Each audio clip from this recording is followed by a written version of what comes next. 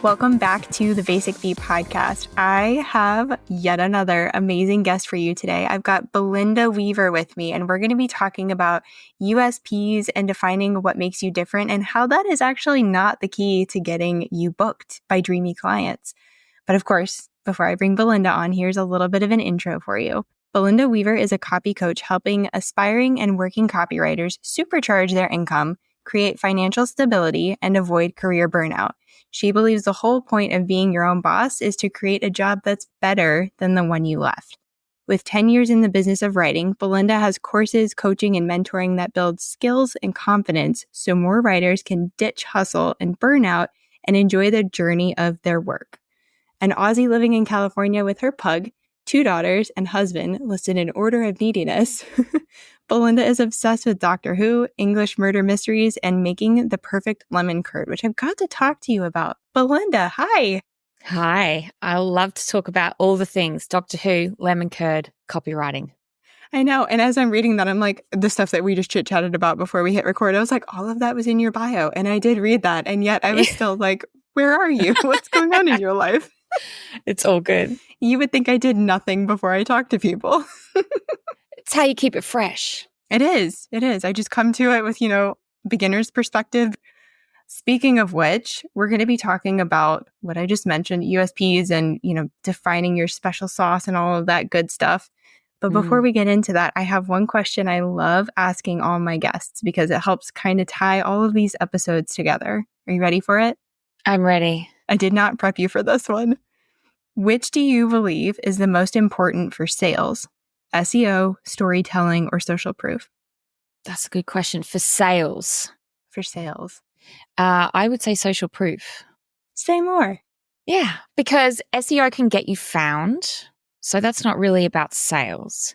Storytelling is about connection, but it doesn't necessarily lead to sales. When we're talking about sales, we're talking about the end of the stages of awareness where someone has the information, they've done the comparisons, they're figuring out if they're going to like this person. But the proof is where we get to see ourselves in previous customers and go, okay, those people had the same problem that I have now, and they came out feeling really good about this person. So out of those three, it's the proof that will always push me over. I totally agree. In a good way. Yeah. Push you over the edge to the good part of things, not the good bad part of things. Yeah. Yeah. Oh my God. Yeah. And that's actually how you summarize it is even how I talk about it on my website with my website copy, where SEO gets you found, storytelling does the connection, but social proof is really what gets the sale for you. Mm-hmm. Absolutely. All right. A lot of business advice out there is talking to us about the USP. And for anyone who doesn't know what USP is, could you maybe just let's start there. Tell us what that is. Oh, yeah. Let's bust that acronym right open. So it could be a unique selling proposition. That's usually what USP stands for. And it's really about saying what you do and who you do it for, but how you are different. It's the uniqueness. What's the value that you add? But it's often couched in this framework that says, how are you different to everyone else in the marketplace? As if that is the most important part of this kind of proposition. And I'm here to say, no, it's not. So to give an example, to make it a little more tactile, I'm a copywriter, but I specialize with SEO and case study. So that's why I call myself an SEO and case study copywriter, because that's my unique spin on things. But that's not enough, because there are other SEO copywriters and other case study copywriters, and they could also potentially, I don't know, be named Brittany and maybe even look similar to me. Yeah. So why do you think this isn't enough to stand out in the industry? Well, for exactly what you just said, because there will be lots of other people with much of the same combination that you offer. And I talk to a lot of copywriters who get really stuck on this moment of, how am I different? And when you're in learning mode and you're joining groups and communities and you're learning from mentors and that kind of stuff, you're doing what a lot of other people are doing. But even if you're not in communities and groups and you're not learning in that way, you're still saying, well, I'm a copywriter and I write copy, or you're like, I'm a case study copywriter and this is what I do. you can still find a bunch of other people doing exactly the same thing. And it can be really discouraging because you think, why on earth would anyone choose me when I'm just one person in the sea? And it's very easy for us to see ourselves in the same pool as everyone who does the same thing, as if clients are also looking at all the people at the same time who do exactly the same thing as we do. And it can be really discouraging. And as I said, I see a lot of copywriters get really hung up and stuck on this, and it stops them moving forward. And I always come in and go, don't worry about it. Don't worry about it. And they're like, what? I'm like, I know. Because a lot of their marketing tropes are about uniqueness. How are you different? But especially in the early years, when you're still trying to figure out what you love about the job, you're still trying to get clients, you're trying to get as broad a range of projects as possible or work with as many different clients as possible, you're like, I don't have a signature framework yet. I don't have something that's different because I don't even have enough experience yet to feel confident. The confidence and the niching and maybe even the uniqueness often comes a lot later. It really does. And you're saying so many good things. And of course, I could go down like 15 different avenues. But some of the things that we could talk about, there's an episode, one of my very first ones with Sanjana. We were talking about becoming a copywriter and what our journeys looked like, because I remember her reaching out to me on Instagram and she was so surprised that I even wrote back and said hi to her.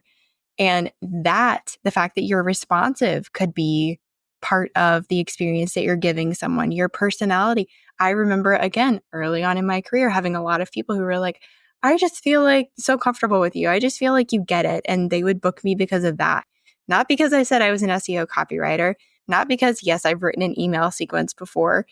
It was just because they liked me and talking to me. But as I was saying, that jogged another thought that came through. We're going to have such a good conversation, Belinda. I remember taking on so many different projects because I didn't know what I wanted to write. And I don't think I really knew for a solid year and a half. So let's go with that a little bit. What do you see with especially newer copywriters coming in your world where it's like, I've got to know my thing. I've got to know what I'm about, how I'm different, and what I'm doing differently. What are you seeing and what advice are you giving around that? Well, I'm basically starting don't worry about it. When I say don't worry about it, same with niching. You can use it as a selling point. It can be good for you. But if you don't know what it is yet, then move it to the side, because all that energy that you're burning, worrying about not being different, you are not doing the things that make you choosable. And you were like, it's how people are relating to me and it's parts of my personality and it's the fact that I replied. Those are the things that are getting you chosen, and they're completely separate to you being different to everyone else in the space. And the truth is that when we go to hire someone, we want to know that they can solve our problem, that they've solved it for other people. Hello, social proof. And that the experience of working with them is going to vibe with us, whether it's values alignment or just a personality click. And so clients are not necessarily looking for the best or the most famous or the most visible or even the most experienced, but they're looking for, can you solve my problem? Have you solved it for other people? And do we have some kind of connection? And so that's when we shift into, like, rather than worrying about the things that you don't know yet, focus on the things that you can control and you do know. And that's like, I'm going to talk about the pain points and challenges and outcomes that my audience want. I'm going to talk about me and my passion and my purpose. Because, when I hire someone, I want them to be excited to work on the thing. And then you talk about your process, because that makes customers feel safe. You talk about your proof. You can see some P's emerging here. And then it's your personality. And all those things, when you talk about them in your marketing, you don't have to be different, but you're ticking a lot of the boxes that I need to be ticked in order to go ahead. And that gives people a lot of relief and control. And I know that because it gave me relief and control, where I was like, I'm just a copywriter in a sea of copywriters. How do I make myself stand out? But also from a copywriting point of view, I actually came up with a framework, because for a while there, I was writing a lot of plumbing websites.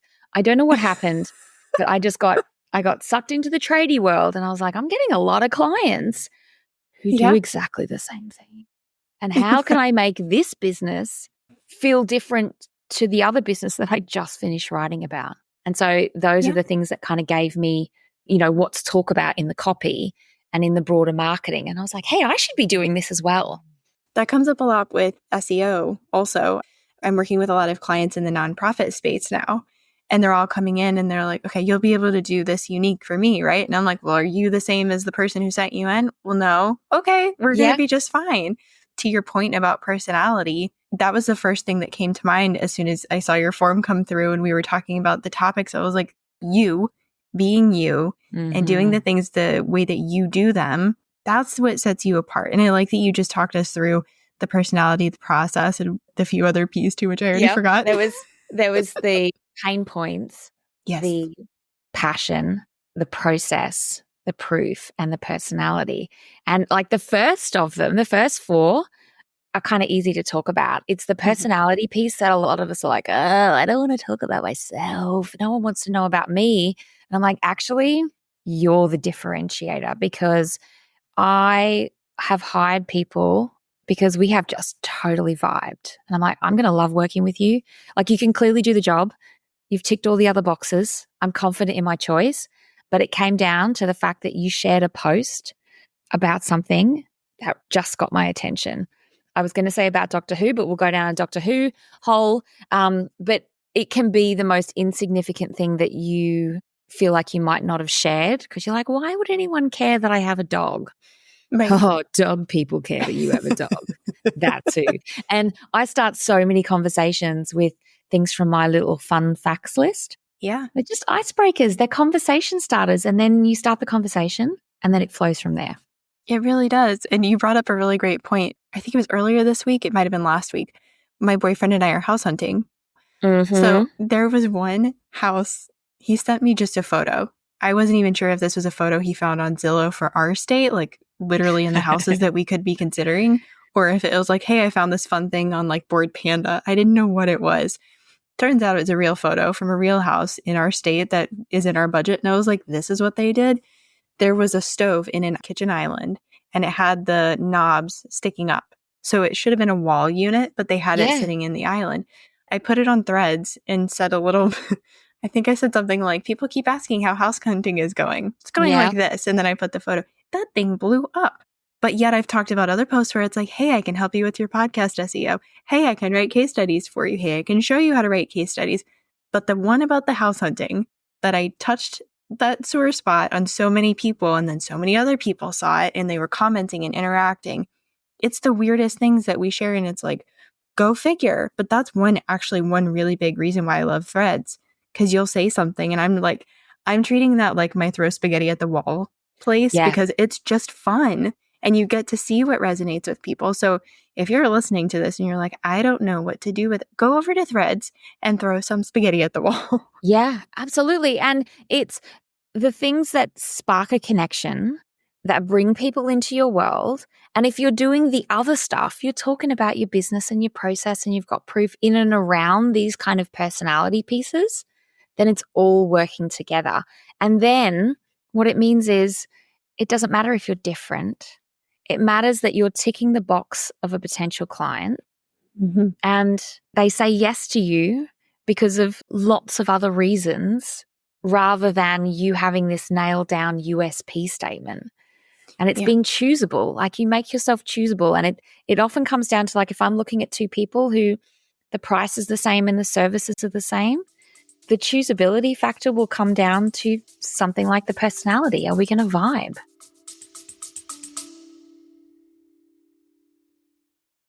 Hey, fellow podcaster. I see you out here wanting to do more with SEO, but not even knowing where to begin or what to do. Oh, and yeah, there are loads of episodes you should be blogging about, but like, how? I saw so many conversations just like this happening around me. And one day I just thought, I'm a podcaster. I'm an SEO show notes writer. I should make a resource. So I did.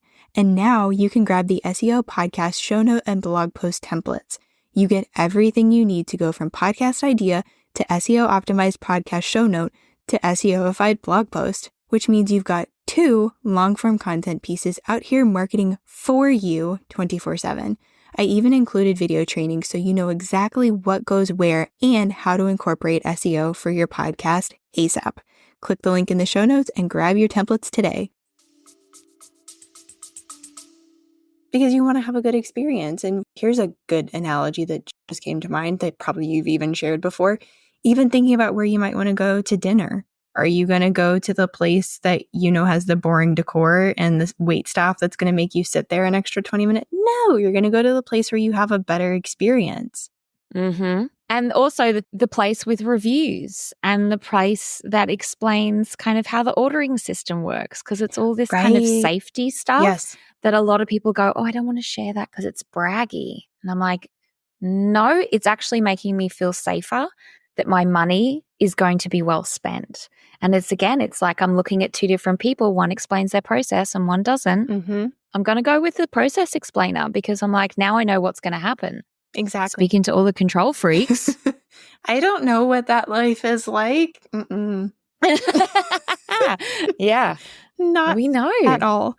Yeah. And that's a really great way to frame it, that we are actually helping potential clients feel more comfortable and safer with choosing us and with working with us when we give them all of these pieces, including showing our personality, including showing the proof that, hey, we have helped people before. Mm-hmm. And the truth of it is also that we're not being compared with every other copywriter in the business. We're being compared with a little bubble of copywriters who that client happens to be aware of at the time. Yeah. And all these like little reasons that make us choosable when we showcase them in our marketing and making sure we're ticking them off in our web copy and our socials, we get to the top of the list because, you know, when I'm making a choice as well, I have all the tabs open and then I'm going, no, click, no, click, no proof, no. There'll be something about no. And I want a small list to choose from. And that's what our clients are doing as well. So if we can be like, oh, there's tons of proof, there's a process explanation, I've got a starting at price point. Mm-hmm. They clearly can solve the problem because I'm looking for case studies. Oh, and they do SEO as well. Brilliant. That's how we stay to the last tab standing. Exactly. And it really helps if you start with a referral or something like that too. Oh, yeah. I mean, because people are still going to go and check you out. They still want to go and vet you themselves and feel like they are coming into this with some kind of knowledge or starting base of, I understand this person or I feel like I know them a little bit. 100%, because I don't want to make a blind decision. Like I love a referral because then I don't have to go and do all that research and analysis. But at the same time, I want to know they exist. I want to know they have a digital footprint. Especially in 2024, the people that think that they can get away with not having a digital footprint in 2024, it's like you have to have something. Even if it's like a Facebook listing, if it's a cupcake shop with a Facebook, I don't know where all the food examples are coming in, but even if it's a cupcake shop with a Facebook page, at least that gives me some sense of like, okay, you do exist. You have served this before. You have helped people. This is where you're located at. Okay, cool. I mean, an example is I'm hosting a retreat in October and we're looking at catering options. Very exciting. But I got a referral and it was a name and a phone number. And I'm like, no, I'm not going to call someone up. And it was the weirdest thing. And I'm like, just call them, Belinda. No, I don't want to. If they don't have a website, I can't even, no. And it's as simple as that. Like that's how that person got counted out of a job that she will never know about or probably care about. No. But, you know, the more we can do to make ourselves choosable along the way, it's responsiveness, ease of accessibility, word of mouth network, talking about our process and the pain points and challenges and showcasing our proof. We're like, tick, tick, tick. Yes. It doesn't matter if we're different or unique. And the other part of it is just do the best you can do with what you've got. Yes. Oh, I like that. I love starting with, how have I said it? Start where you're at and grow from there. Yes. Whatever it is that you have, and you have more than you realize you do. If you just pause, one thing I love doing is setting a timer for 5 minutes. If I have to come up with something, set a timer, 5 minutes, grab a pen and a piece of notebook paper and actually physically write things down and challenge yourself to do that. Whatever it is that you're like, okay, I don't have a website, but what do I have? Do you have a Facebook page? I don't have social proof. Certainly in your lifetime, you've helped someone do something. What have you helped them do? Another thing I like doing is thinking through the personality, the characteristics. What if people commented that they like about you? For example, if your brain is just completely stalling right now, people talk about me being organized, which is really funny because my world is not organized, but my online world is pretty organized. Yeah. And I'm fun. Like, those are things I want to highlight. What other examples can you think of that we could maybe think through? I think a lot of the resistance comes up, especially around personality, where people are like, I'm a private person. I don't want to share too much of myself. And my rule is only sharing stuff that I'm comfortable being very public. So I know that if once it's on social media, it may as well be in the paper or something like that. So it's good to check yourselves. A lot of people overshare and you do you, but you also get to decide what stays private. And an example is I will share that I have kids. I will share their ages and even their genders. Like I have 2 daughters, 10 and 7. I call them Miss 10 and Miss 7. No one knows their names until like you're in my program and stuff like that. And we become friends and I don't share pictures of them. So that's kind of like scales of privacy. But talking about the fact that I'm a mum and I'm running my business around the needs of my kids and school time and pickup, that's a connection point. It's like a Velcro piece. And, you know, to the other areas, I love the setting timer. I do this all the time as well. It's just sitting down and going, why do I do what I do?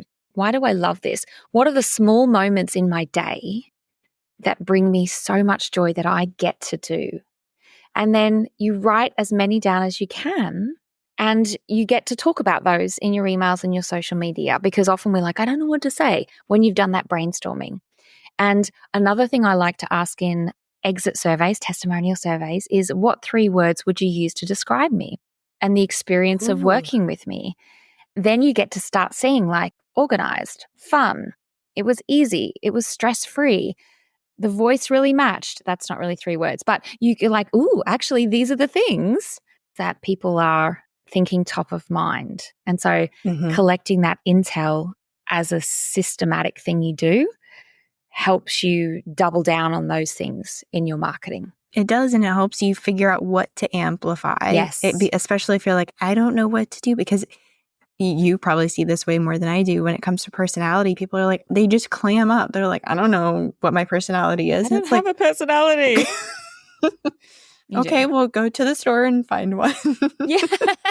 Of course you have a personality. And checking in with people who are in your world, you're going to get answers pretty quickly. I love the idea of asking 3 words about working with you or about the program. I love that. May I use that? Absolutely. Because it's also that, how do people experience me? How do people see me in a way that I might discount as being unimportant because it's easy for me, for example?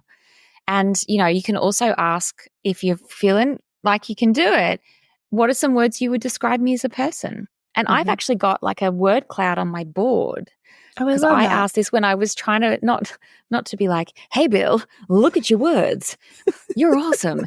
But more, I was really struggling with how people saw me and what my company values were and my brand values. So I was like, well, like, how are people experiencing me? What do they think I am? And I got all these words that I never would have chosen for myself. And I'm like, oh, yeah, actually, these are really important to me. This is how I am showing up. Oh, that's good to know. And it's just helps you shift and get out of your own head. But, you know, you don't have to be a goofy extrovert to have personality. If you're showing up saying, I love knitting, you know, under a blanket, all the knitters will be like, yes, I am here for it. Whatever that is for you, lean into it because you will get people going, that is totally my jam too. I didn't realize you were interested in that. And that's when you get lovely sparks and conversations and you find friends online. You do. Yeah, you just have to be willing to, not even be willing to, figure out what it is that you're willing to share and then do the brave thing and share it. I'll share this one funny example and then I've got one final question for you. But I was featured in Glamour magazine, which sounds very glamorous, right? Get this. The article was entirely about women and migraines and suffering with migraines. And the story that I told, I won't give the whole thing away, so you have to go read it, is about how I shut down a mall escalator at age 7. You'll have to go read the article to figure out why that was, but it was the funniest thing. I saw this, listing where they were asking for people to write in about their experience with migraines, and they had these different categories. And I was like, oh, I've got a story. I don't know if they'll want to use it, but here, I'll share it. And then they went with it. So now I have that in my fun facts, and I love getting to pull that out because it sounds really fun. Like, oh, you were in glam for this. Yes.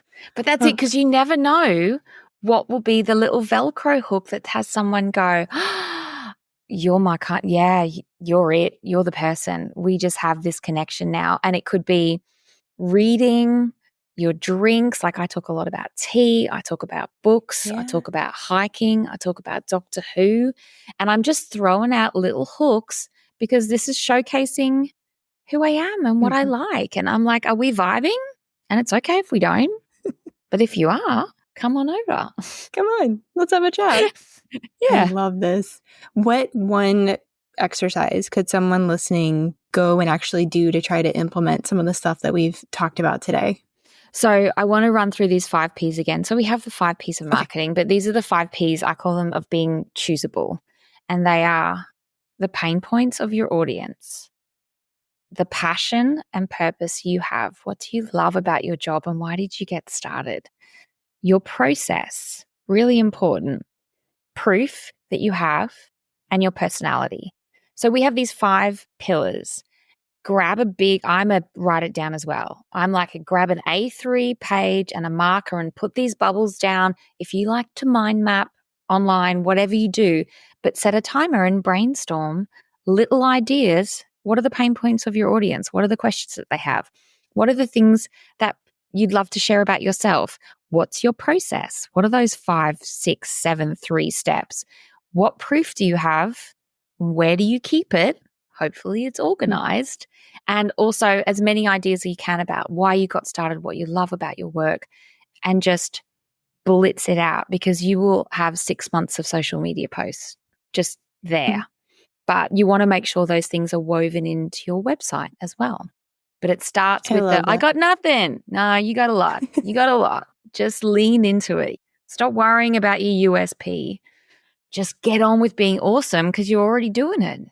I love the word you use. You use amplify. Amplify the things that you are doing. Don't worry about being unique or niching if you're not ready or whatever that looks like. Oh, I love that.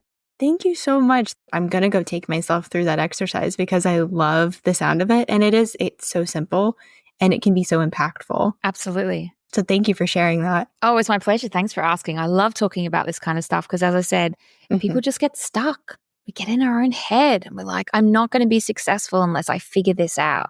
Just don't worry about it. Get on with the rest of it. Exactly. All right. Where can people find you? Because I know you're going to have new friends after this. Yeah, I hope so. Please reach out. I hang out on Instagram. I'm also on Facebook or LinkedIn. My website is copyrightmatters.com. You'll see my big ginger face and some hummingbirds because I'm obsessed with hummingbirds as well.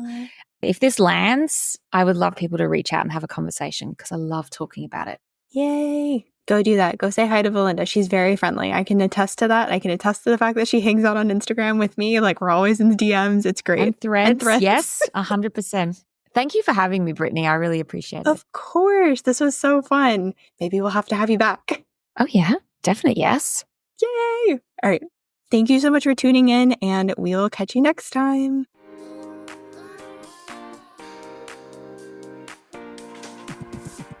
Okay, you get it. You know SEO is important, but no, you're not interested in learning another skill.